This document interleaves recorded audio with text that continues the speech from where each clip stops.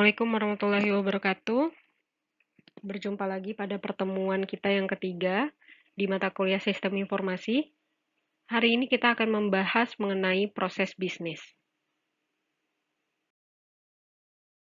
Adapun capaian pembelajaran pada hari ini, setelah mahasiswa selesai menyimak video ajar, mahasiswa diharapkan mampu memahami yang dimaksud dengan proses bisnis, serta mampu memahami apa saja prinsip dari proses bisnis. Adapun sub pokok bahasan pada hari ini yaitu pertama pengertian proses, komponen proses, proses bisnis, komponen proses bisnis, fungsi serta manfaat dari proses bisnis, dan prinsip implementasi proses bisnis. Berikut referensi yang digunakan pada materi hari ini.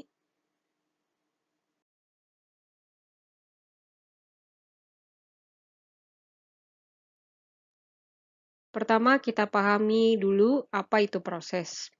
Jadi, proses itu adalah satu set aktivitas dan sumber daya yang terdefinisi dan menerima input serta merubahnya menjadi sebuah output. Ruang lingkup meluas dari yang paling besar dan kompleks kepada yang paling mendasar. Jadi, semua aktivitas pekerjaan itu disebut juga sebagai sebuah proses. Apa yang kita lakukan itu dapat kita sebut sebagai sebuah proses.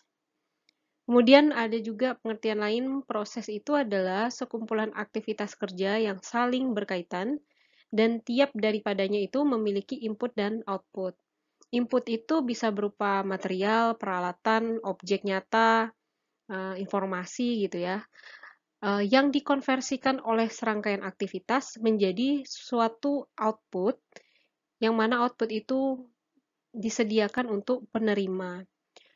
Nah, penerima ini bisa merupakan pihak eksternal maupun internal. Definisi proses sederhana dari pengertian proses-proses di atas itu dikembangkan lagi menjadi 4 fungsi kunci. Yang pertama disebut titik pemberhentian, yang kedua disebut transformasi, yang ketiga umpan balik, dan yang keempat adalah dapat diulang.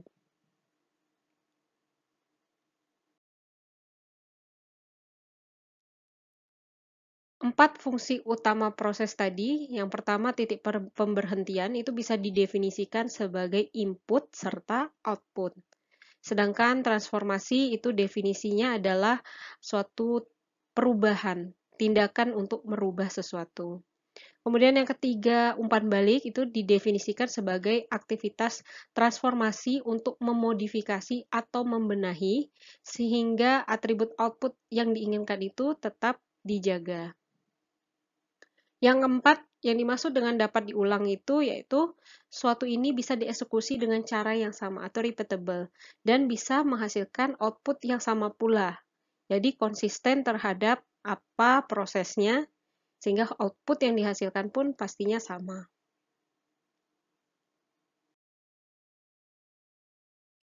Nah, yang tadi disebut dengan titik pemberhentian yang dapat didefinisikan sebagai input maupun output.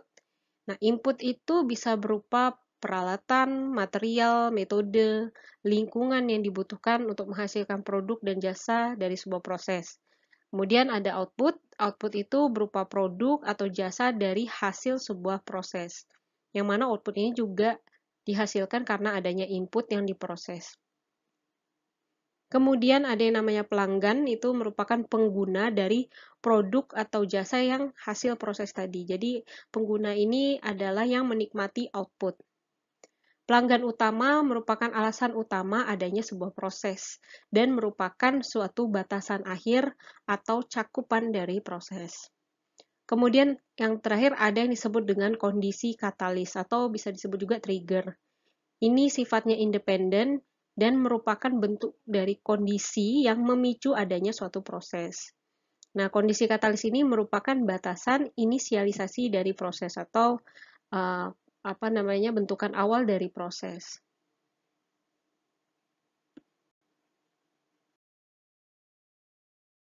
Kemudian ada tadi 4 fungsi tadi yaitu transformasi. Transformasi ini bisa bentuknya pertama fisikal. Yaitu fisikal artinya adanya perubahan bentuk dan atau fisik secara nyata. Kemudian ada yang namanya lokasional, intinya adalah pergeseran atau perpindahan lokasi, itu disebut dengan lokasional. Kemudian ada lagi transformasi transaksional, itu disebut perubahan transaksi atau konseptual secara tak nyata.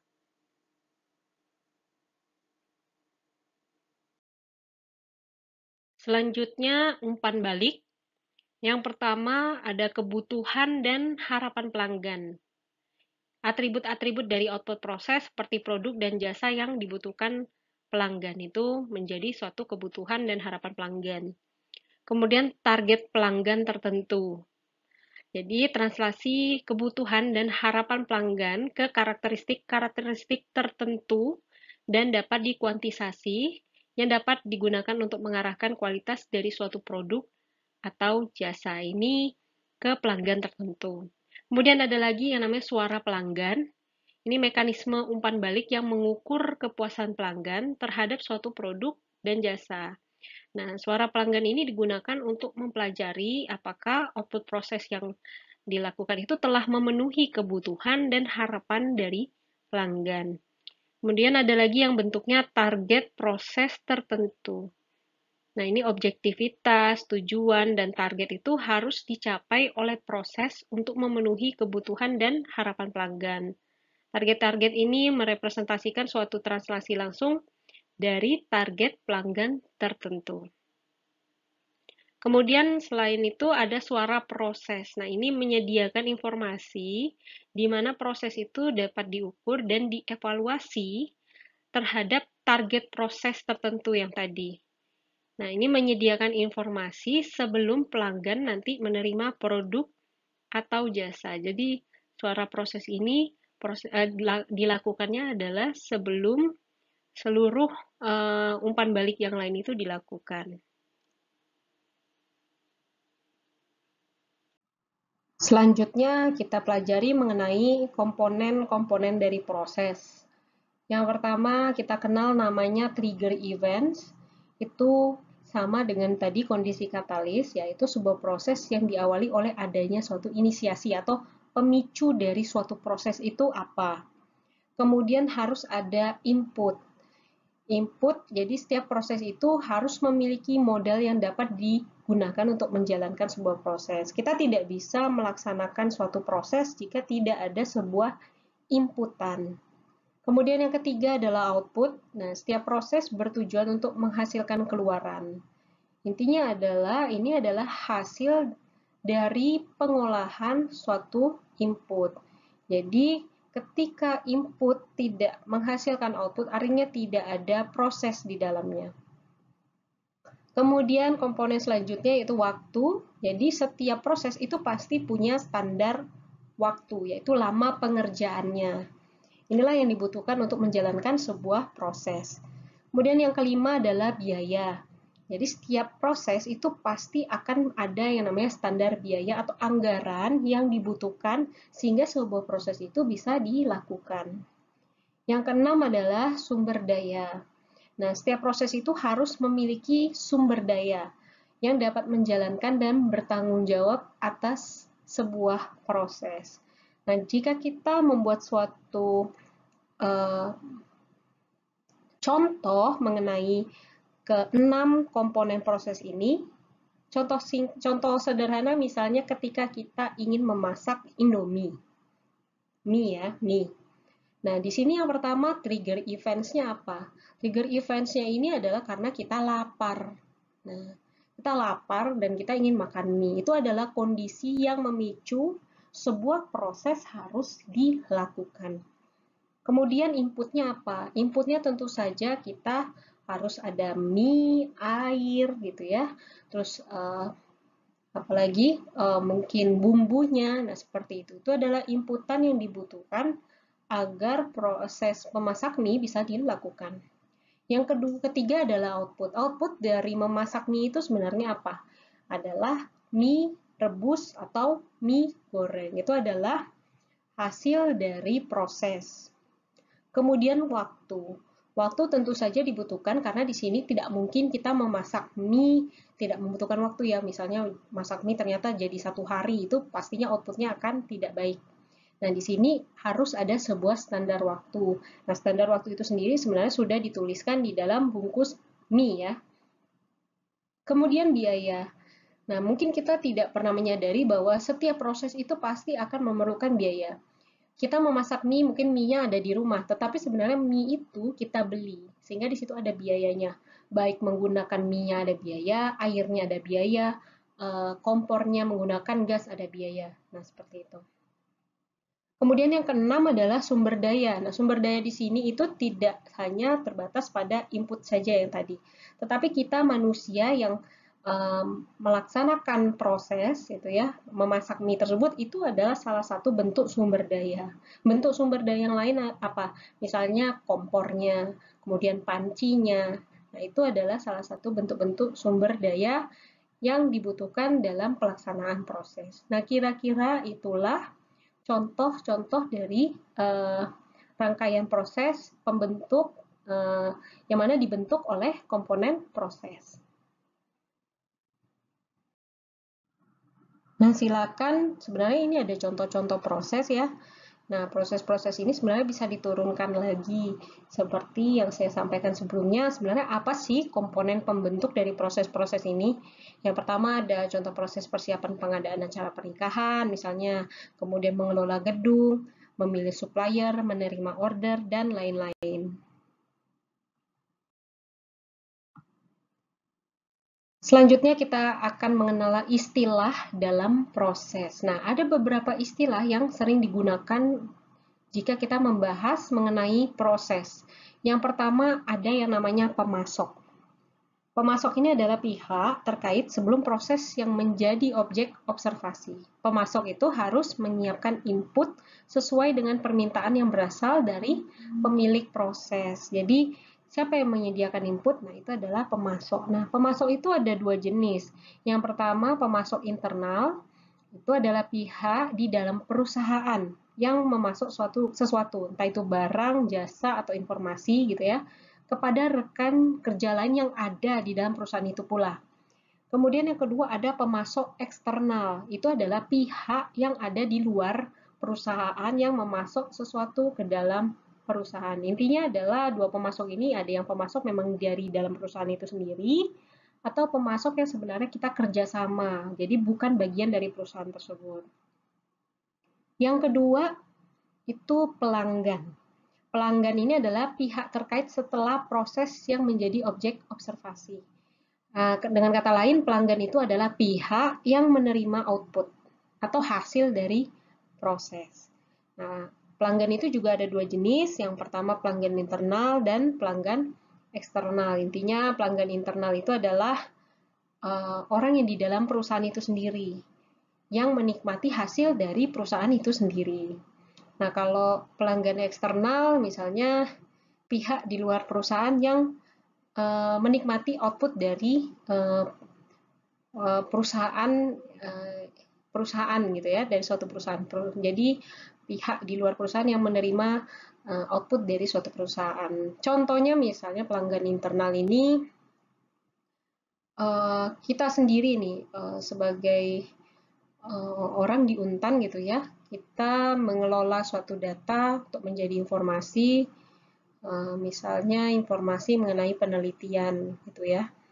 Nah, itu yang mengerjakan adalah orang di bagian ini ya, apa namanya, lembaga penelitian. Mereka mengolah data-data penelitian, kemudian data-data penelitian itu menjadi suatu informasi penelitian, apakah Bapak A ini penelitiannya sudah berapa banyak gitu ya. Nah, itu yang menikmati orang Untan itu sendiri gitu loh. Nah, bukan orang di luar itu sebenarnya, karena orang di luar itu tidak terlalu membutuhkan informasi tersebut. Nah, jadi itu disebut pelanggan internal. Nah, kalau pelanggan eksternal, ya tadi sederhananya misalnya PT Indofood gitu ya, membuat Indomie gitu. Nah, mie itu sebenarnya tidak hanya untuk dinikmati oleh uh, orang internalnya saja, tetapi juga orang di luar perusahaan Indofood. Nah, itu disebut dengan pelanggan eksternal.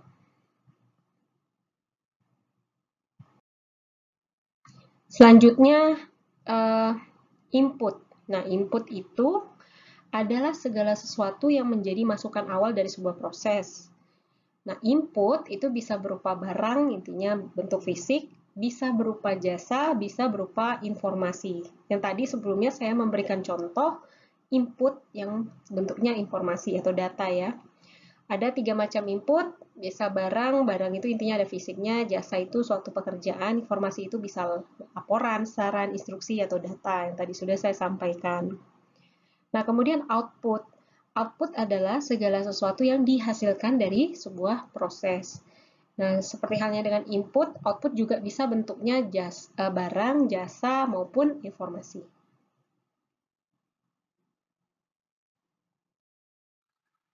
Kita akan masuk langsung kepada proses bisnis. Tadi kita membahas proses secara umum. Jadi proses bisnis dari sebuah perusahaan, organisasi, institusi gitu ya, itu dapat dinyatakan sebagai sebuah kumpulan dari banyak proses dan aktivitas. Jadi dikatakan sebuah proses bisnis ini adalah kumpulan-kumpulan dari proses-proses. Nah, proses-proses tersebut itu dapat dibedakan menjadi 2 kategori utama, yaitu ada yang namanya proses inti dan proses pendukung. Proses inti adalah proses yang dimulai itu dengan melakukan identifikasi kebutuhan pelanggan, customer need.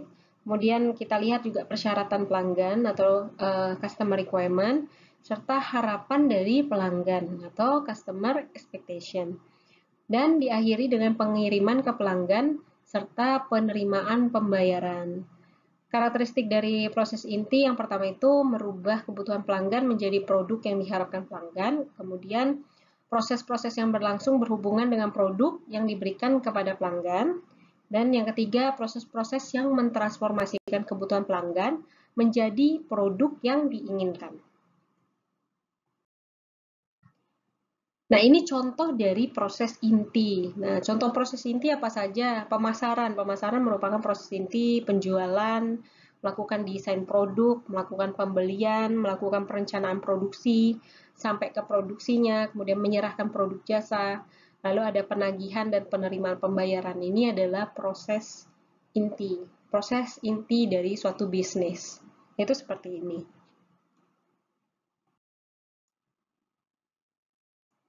Nah, jadi proses inti itu dapat diidentifikasi dengan memeriksa setiap prosesnya itu satu per satu. Kemudian pengujiannya dilakukan dengan mempertimbangkan akibat yang timbul apabila suatu proses itu tidak dikendalikan dengan baik. Nah, jadi suatu proses inti itu haruslah berjalan dengan benar. Sebuah proses diklasifikasi sebagai sebuah proses inti apabila proses tersebut berdampak langsung secara signifikan pada pertama yaitu kepuasan pelanggan, yang kedua kinerja keuangan dan bisnis dari perusahaan, yang ketiga adalah keamanan produk, yang keempat itu memenuhi persyaratan yang ditetapkan oleh peraturan. Peraturannya siapa ya? Artinya ini adalah suatu standar yang ditetapkan oleh pemerintah. Nah, kalau Indonesia standar nasional Indonesia SNI seperti itu ya. Atau standar-standar peraturan lainnya gitu yang terkait dengan hukum. Nah, jadi ketika kita ingin mendefinisikan apakah dalam proses bisnis ini termasuk ke dalam proses inti, maka kita harus melihat empat dampak ini. Dia apakah berdampak pada kepuasan pelanggan dan seterusnya. Lalu tadi yang kedua selain proses inti ada proses pendukung. Proses pendukung itu meskipun tidak secara langsung memberikan nilai tambah pada produk, tetapi perlu dilakukan karena proses ini adalah proses yang menjaga kelangsungan dari proses inti. Selanjutnya, definisi proses bisnis yang sudah dirincikan dari apa yang kita pelajari sebelumnya. Proses bisnis itu sekumpulan aktivitas organisasi yang saling terkait, serta melibatkan sumber daya tertentu dan dilakukan untuk menghasilkan suatu produk. Nah, produk atau layanan. Nah, produk atau layanan ini haruslah memiliki nilai bagi pelanggan atau publik.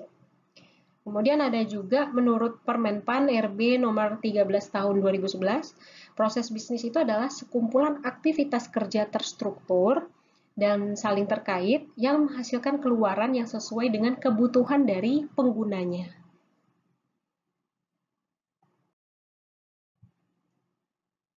Nah, jadi proses bisnis itu harus terkait dengan 4 hal ini. Yang pertama, proses bisnis itu harus memiliki sejumlah kegiatan yang saling bersinergi dalam menghasilkan produk dan layanan. Kemudian yang kedua, dia pasti melibatkan lebih dari satu unit kerja. Itu sebuah proses bisnis. Kemudian dia menjadi salah satu alat manajemen mutu dalam sebuah organisasi. Ini menjadi suatu patokan manajemen mutu apakah suatu pekerjaan atau suatu output itu sudah dilaksanakan sesuai dengan proses bisnisnya. Kemudian yang terakhir adalah memberikan nilai tambah bagi pengguna layanan.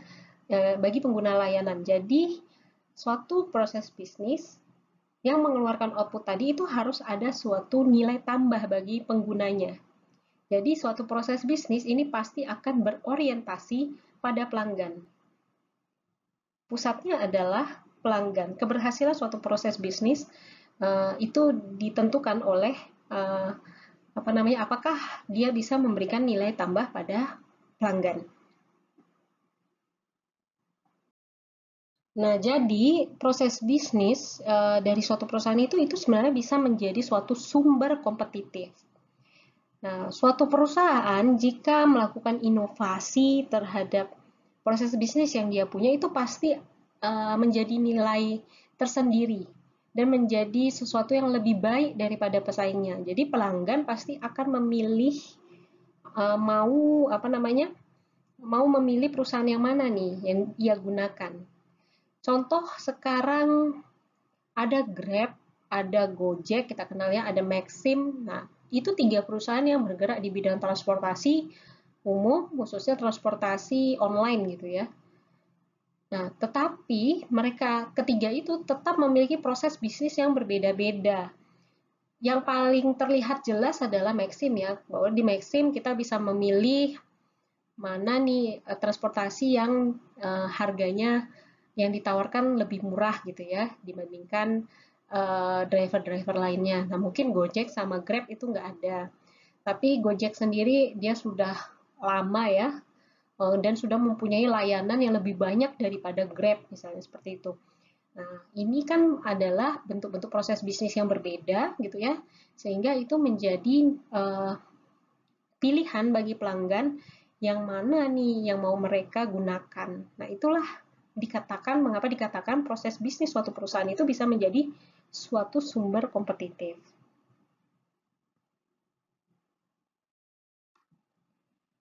Selanjutnya karakteristik dari proses bisnis itu yang pertama definitif. Dalam sebuah proses bisnis itu harus memiliki suatu batasan, masukan, dan keluaran yang jelas. Ini juga bisa dibilang sebagai tujuannya apa. Kemudian dia harus punya urutan sebuah aktivitas. Jadi dalam proses bisnis itu harus terdiri dari sebuah aktivitas yang memiliki beberapa tahapan yang sesuai dengan waktu dan ruangnya. Yang ketiga, karakteristik proses bisnis itu adanya pelanggan. Jadi dalam proses bisnis itu harus ada yang nerima hasilnya. Ya, itu adalah pelanggan. Kemudian nilai tambah. Transformasi yang terjadi dalam proses bisnis itu harus memberikan nilai tambah bagi pelanggan tadi. Kemudian keterkaitan. Suatu kegiatan atau proses itu tidak mungkin berdiri sendiri, dia pasti akan memiliki keterkaitan dalam suatu struktur organisasi. Kemudian yang keenam itu adanya fungsi silang. Karakteristiknya adalah fungsi silang, yaitu suatu proses itu pada umumnya, walaupun sebenarnya fungsi silang ini tidak harus ya, tapi memiliki dan mencakup berbagai fungsi. Nah, seperti itu. Jadi proses itu pada umumnya mencakup berbagai fungsi. Oke, apa itu fungsi dari proses bisnis? Fungsinya apa saja sih proses bisnis ini? Yang pertama itu proses bisnis itu membantu manajer untuk mengambil keputusan dalam menangani masalah yang ada selama proses bisnis berlangsung. Nah, jadi kalau ada acuan proses bisnis gitu kan, nah di sini manajer bisa menentukan apabila ada masalah dalam proses. Kemudian membantu pelanggan untuk memprediksi kapan proses bisnis dimulai dan diakhiri atau berkelanjutan. Nah, yang ketiga itu juga membantu para pekerja perusahaan itu mengerti proses apa yang menjadi tugasnya dan dalam menjalankan proses bisnis. Nah, sebenarnya turunan dari proses bisnis ini menjadi yang namanya job description, deskripsi dari pekerjaan. Nah, nanti ketika pekerja-pekerja sudah mendapatkan job desk-nya, deskripsi pekerjaannya, mereka akan mengacu pada proses bisnis, begitu.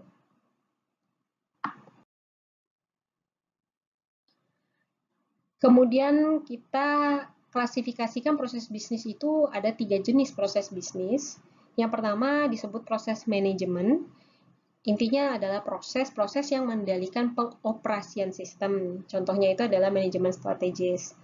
Terus proses operasional ini adalah proses yang meliputi bisnis inti dan menciptakan aliran utama. Ini sama dengan tadi proses inti dari bisnis. Membeli, memproduksi, manufaktur gitu ya, memasarkan iklan, menjual begitu. Lalu proses pendukung, ini proses yang mendukung proses inti tadi yang sudah saya jelaskan, seperti akuntansinya, merekrut pegawainya, lalu kemudian ada juga pusat bantuan gitu ya, customer service. Nah, itu adalah proses pendukung dari proses inti atau proses operasional.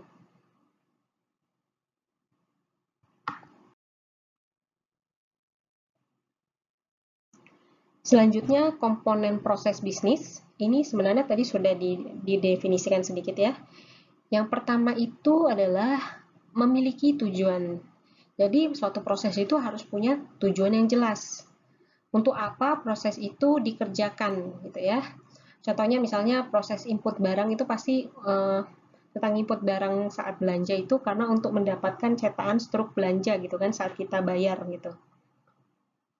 Kemudian batasan atau boundary atau scope ruang lingkup proses gitu ya, itu harus terdefinisi dengan jelas agar tidak keluar dari lingkungan proses yang dianalisa. Misalnya kalau proses bisnis ini mengenai penggajian gitu ya, itu harus meliputi proses penggajian saja, tidak boleh di situ ada proses pemberian cuti misalnya begitu ya. Jadi harus ada batasan. Kemudian input. Jadi sistem itu bekerja, proses bisnis itu bekerja itu suatu proses itu bekerja harus memiliki yang namanya inputan yang jelas. Gitu ya. Inputan itu macam-macam, boleh tadi informasi, barang gitu ya, jasa, nah seperti itu. Kemudian dia memiliki keluaran output. Nah, output ini adalah hasil pemrosesan dari input. Kemudian harus menggunakan sumber daya. Nah, sumber daya ini yang tadi sudah dijelaskan diri kita sebut sebagai brainware ya, itu juga sumber daya. Misalnya software. Nah, software itu sumber daya, hardware yang kita gunakan itu adalah sumber daya gitu ya. Lalu memiliki jumlah kegiatan yang saling bersinergi. Ini disebut tadi urutan aktivitas. Nah, jadi haruslah ada suatu aktivitas yang berurut yang pada suatu waktu dan ruang. Nah, kalau bisa, bahkan ini ada suatu SOP atau Standard Operating Procedure yang terlibat di dalam urutan aktivitas ini. Kemudian melibatkan lebih dari satu unit kerja. Jadi suatu proses itu harus melibatkan unit-unit terkait untuk saling bekerja sama, terus dia berinteraksi untuk satu tujuan. Gitu ya. Misalnya di Universitas Tanjung Pura ini untuk mengelola data seluruh mahasiswa, mulai dari akademisnya, yang lain-lain, itu sebenarnya melibatkan banyak unit. Kemudian selain memiliki tujuan, dia juga harus memiliki nilai tambah bagi yang berkepentingan. Contohnya misalnya untuk menghasilkan keuntungan atau laba. Kemudian manfaat dari proses bisnis. Ada 9 manfaat dari proses bisnis yang pertama itu organisasi bisa lebih memfokuskan diri kepada kebutuhan customer karena tadi proses bisnis ini orientasinya pada pelanggan. Kemudian organisasi menjadi mampu mengendalikan serta memprediksi setiap perubahan yang terjadi baik di dalam lingkungan dalam maupun lingkungan luar. Selain itu, manfaatnya organisasi juga mampu memperbaiki tingkat penggunaan sumber dayanya sehingga bisa menekan biaya pemakaian serendah mungkin. Organisasi dapat mengelola dengan baik interrelasi proses-proses antar bagian yang ada. Kemudian organisasi dapat memonitor secara sistematik aktivitas-aktivitas pada setiap proses pada bisnis proses yang dia miliki. Kemudian organisasi dapat mudah menemukan kesalahan dalam proses. Kemudian dia juga bisa memperbaiki hal tersebut secepat mungkin.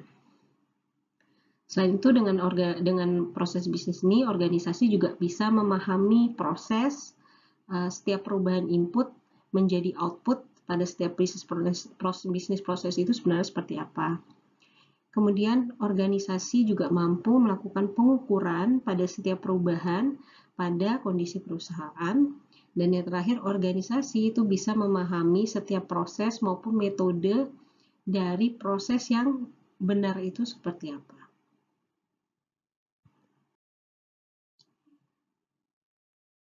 Kemudian kalau kita melihat salah satu contoh proses bisnis, saya berikan contoh misalnya proses pengiriman paket pada perusahaan kargo.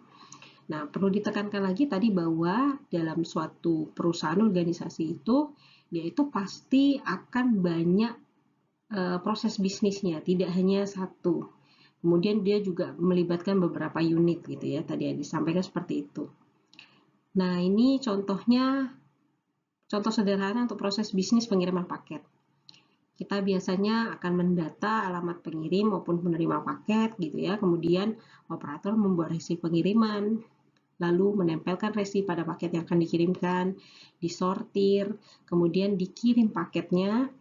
Setelah sampai paketnya, kita meminta bukti bahwa paket tersebut sudah dikirimkan, lalu kemudian data bukti paket telah dikirimkan itu akan diupdate pada sebuah sistem informasi pengiriman paket.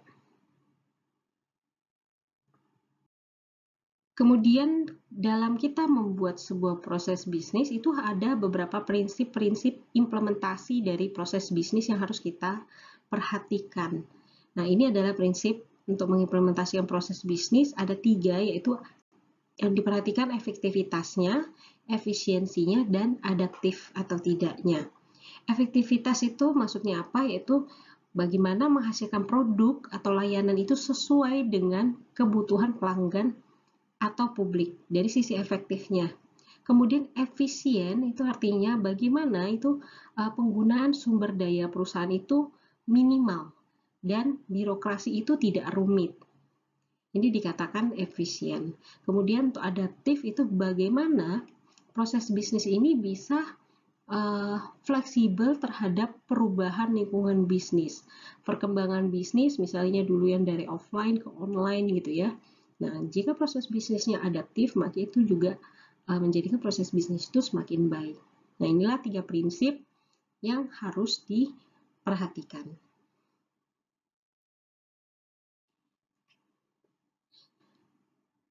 Selanjutnya mungkin beberapa dari kita sudah pernah mendengar apa itu SOP atau Standard Operating Procedure gitu ya, atau standar prosedur operasional gitu ya. Itu menurut Permenpan RB nomor 35 tahun 2012, SOP itu adalah serangkaian instruksi tertulis yang dibakukan mengenai berbagai proses penyelenggaraan aktivitas organisasi, bagaimana, kapan harus dilakukan, di mana, dan oleh siapa dilakukan. Jadi SOP ini itu pasti isinya adalah suatu cara gitu ya, suatu proses.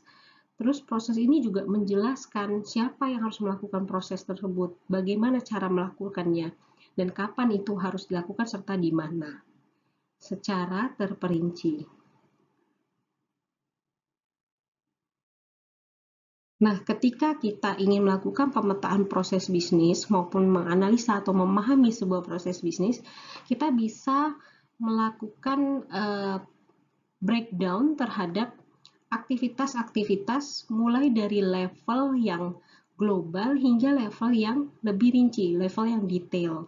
Contohnya seperti ini, misalnya level 1 kita sebut sebagai proses riset pasar. Nah, proses riset pasar ini bisa kita detilkan lagi. Apa saja, maksudnya proses riset pasarnya seperti apa. Kemudian level 2-nya, maka penjabaran dari proses riset pasar itu adalah di mana terdapat aktivitas interview, aktivitas analisis, dan seterusnya. Oke, di level 2 kita tahu bahwa prosesnya adalah aktivitas interview dan aktivitas analisis.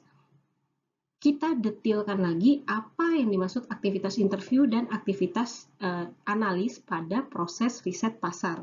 Ingat ya bahwa ini harus terkait dengan level 1-nya. Kemudian kita detilkan di level 3 menjadi penjabaran dari aktivitas interview itu yaitu siapkan daftar tanya, ajukan pertanyaan, catat jawabannya gitu ya. Dan seterusnya. Kemudian dijabarkan juga aktivitas analisis itu apa. Nah, itulah cara kita melakukan pemetaan proses bisnis.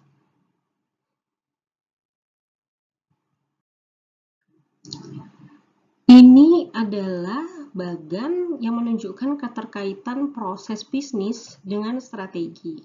Sini kita lihat bahwa ada namanya visi, misi, dan tujuan organisasi. Nah, ini adalah bagian yang paling penting dalam suatu organisasi. Nah, untuk mendukung visi, misi, dan tujuan organisasi, maka dibentuklah arah kebijakan dan strategi organisasi. Yang mana ini pasti bisa dilakukan oleh proses-proses yang dilakukan di dalam organisasi. Nah, proses tadi kita jabarkan bahwa ada input, ada suatu proses, kemudian menghasilkan suatu output. Pertama dulu yaitu kita harus utamakan proses utama organisasi itu apa, value chain-nya apa, inputnya seperti apa, maka itulah output organisasinya. Nah, output organisasi ini harus sejalan dengan arah kebijakan dan strategi organisasi serta untuk mendukung visi, misi, dan tujuan organisasi.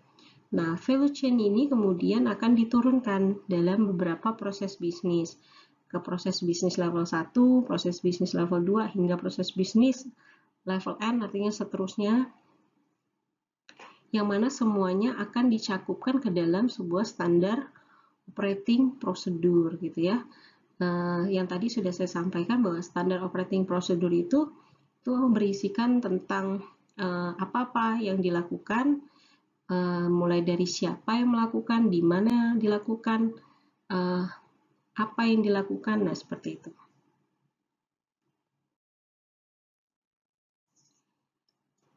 Oke, jadi ada lagi yang namanya value chain analysis. Itu sebuah alat analisa untuk melihat peranan informasi, sistem informasi maupun teknologi informasi dalam suatu proses bisnis perusahaan. Nah, dalam value chain analysis ini dilakukan analisa kembali terhadap aktivitas-aktivitas kunci dalam suatu proses bisnis yang mungkin berkaitan dengan entitas lain yang berada di luar perusahaan, seperti mungkin supplier, pelanggan gitu ya. Itu disebut dengan external value chain. Serta relasi antar entitas di dalam perusahaan itu sendiri, yang kita sebut dengan internal value chain. Berakhir pada simpulan, jadi proses bisnis adalah suatu kumpulan pekerjaan yang saling terkait untuk menyelesaikan suatu masalah tertentu. Nah, suatu proses bisnis itu dapat dipecah menjadi beberapa subproses yang masing-masing memiliki atribut sendiri, tapi dia itu juga berkontribusi untuk mencapai tujuan dari subprosesnya. Analisis proses bisnis itu umumnya melibatkan pemetaan proses dan subproses di dalamnya hingga tingkatan aktivitas atau kegiatan. Nah, hal ini yang kita lakukan sebelumnya yaitu tingkatan pemetaan proses mulai dari level yang global hingga level yang detail tadi. Nah, serangkaian kegiatan ini itu bersama-sama dilakukan untuk mewujudkan tadi strategi bisnis. Nah, suatu proses bisnis itu biasanya diberlakukan dalam suatu organisasi, tapi itu juga bisa berinteraksi dengan proses bisnis di luar organisasi itu. Nah, ini yang tadi dikatakan sebagai external value chain dan internal value chain.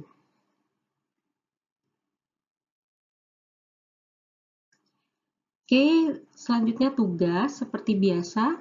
Kali ini tugasnya di breakdown secara rinci, yaitu harus membahas pertama mengenai proses dan proses bisnis, kemudian buatlah satu contoh proses bisnis. Nah, proses bisnis ini boleh kalian turunkan menjadi beberapa tingkatan tadi ya. Jadi dilakukan pemetaan proses bisnis. Pertama tentukan dulu proses bisnisnya apa, lalu coba lakukan pemetaan terhadap proses bisnis. Yang terakhir, sampaikan mengenai apa itu value chain analysis. Dan jangan lupa patuhi kontrak tugas dan deadline pengumpulan tugas. Akhir kata, saya ucapkan terima kasih. Wassalamualaikum warahmatullahi wabarakatuh. Sampai jumpa pada pertemuan sistem informasi selanjutnya.